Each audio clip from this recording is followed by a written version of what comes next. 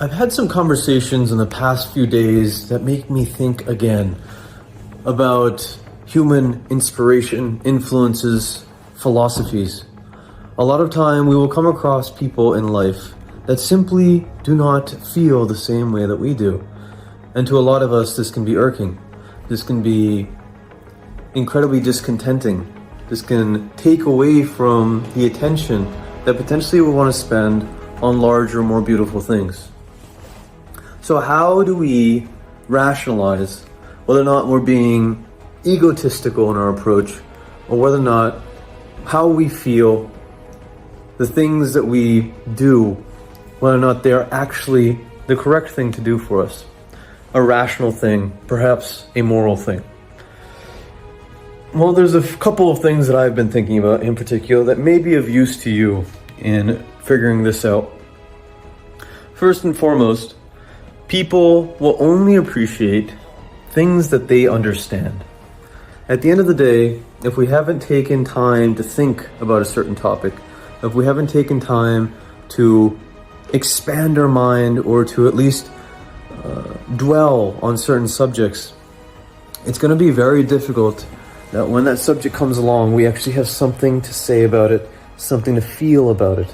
So I think first and foremost, we must not judge people, which is something that I've worked on for a lot of years and something that I'm still trying to improve on. But really, it just comes down to knowing that there are beautiful things that people are doing outside of our comprehension that they need to do in order to live their lives, in order to rationalize their existence.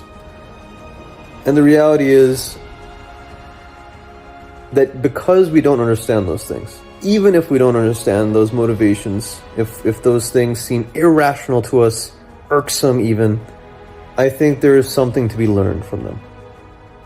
Now, when it comes to speaking with people that have low motivation in life, people that do not have high self-esteem, people that don't aspire to make great evolutions or changes in their communities or their personal lives, I get annoyed sometimes having conversations with that philosophy. The reason being, I try not to be that way. And frankly, I think that's why humanity is messed up. So, how do I go about learning something from these people? Psychoanalysis has helped me a lot. I made a video about it a couple days ago. The reality is, every archetype of person that we understand, we have a better lens, I assume, of how humanity works and how people are motivated, and thus how we fit into the equation. Any conversation that we have with a human being is really only as beneficial as how we feel about it, and in my perspective, whether or not we're getting information to augment our lives, to make them more well-rounded, more enriched, perhaps more spiritual in a sense. I believe communicating with any human being can be worth your time. There was someone that said to me a while back, words that ring in my head every time I get annoyed of human beings or get bored of situations. He said to me, get into people, Tarab. Really get into people, and you will never find boredom in life. And this to me has struck as a very wise statement, because the natural impulse when someone comes to you with tension, when someone comes to you with a perspective that you believe is inaccurate and illogical, the natural response is to rebut it, to become the very thing that we don't necessarily agree with. And at the end of the day, it doesn't achieve much. At the end of the day, I believe it's my job to be the bigger person, to hopefully learn something from the experience, to learn how that other person wants to be treated. And even if they disagree with me, even if they do not understand my motivations or how I spend my time, I still should be compassionate for the fact that they're a human being and they're living potentially an equally difficult life, an equally beautiful life. I believe this perspective is incredibly difficult to come across consistently. The way that I've figured out ways to separate myself potentially from my immediate situations, my immediate emotions, is actually giving myself the time to reflect on these things. So I've gone out of my way to hire a team to do my social media stuff for me, so that I am not so pent up about actually posting this stuff, about actually putting this stuff out there, but rather I can concentrate on becoming a better human being, thus hopefully improving the quality of the work and helping more people. So today I've had some meetings, some things to think about, and also some conflict. And before making this video, I had to take some time to reflect on it, to say to myself, well, what would the older, wiser Tarab have to say about this? How would this man confront the situation? Nazar, my mentor, told me that we must manifest our life. We must say to ourselves that we are where we want to be. And in this way, our ego has nowhere to run. Our potentially childish philosophies will consistently hit a wall. Once we believe that we are somewhere, once we believe that we are better, more mature, more caring people, genuinely believe that, then I believe things in life become a little bit easier. Essentially, the path in life becomes more enjoyable, more simple.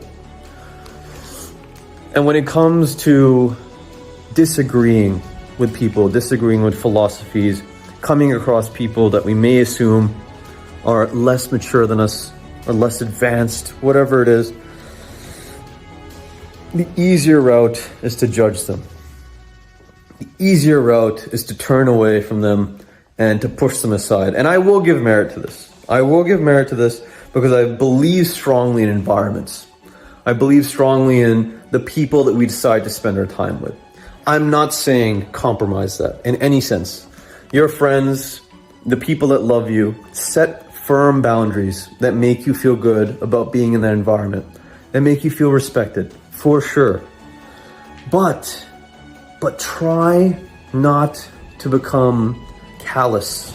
Try not to become brutish in this philosophy, in this mentality. Try to soften the blows that you deliver. For I believe it leads to a more calm, peaceful life, and essentially a better realm in which to reflect, in which to hopefully see from a higher point of view, a larger perspective, the decisions, the things that we are thinking about.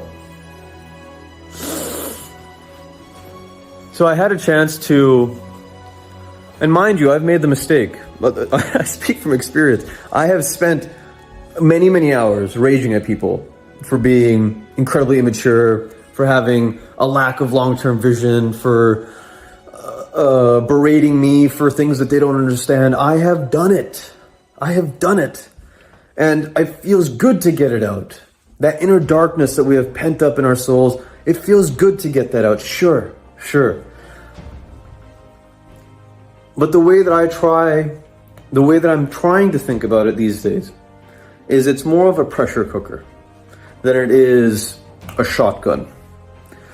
That every time someone has the ability to rile us up, that takes control over our emotions, every time we allow that to get out of hand, we lose faith in our own character. We lose faith in our own ability to control the world around us. And that, my friends, is something that we should not be willing to do. We should be the people that love ourselves the most. We should be the most understanding of our situations, of our philosophies, of our growth. For if we can't do that, if we neglect doing that, then we cannot be that way for anyone else. So hopefully this gives you something to think about. I know I've been thinking a lot recently, and the videos that I'll be making hopefully will be more calm, more spiritual in a sense, and hopefully inspire you to continue on this road, to continue being the best that you possibly can be. If you have time, check out this video right here. I'm not sure what it's going to be on, but very likely worth your time if you enjoy talking about philosophy and hopefully growing as a human being. Actualize your potential, my friend. This world needs you. Take care.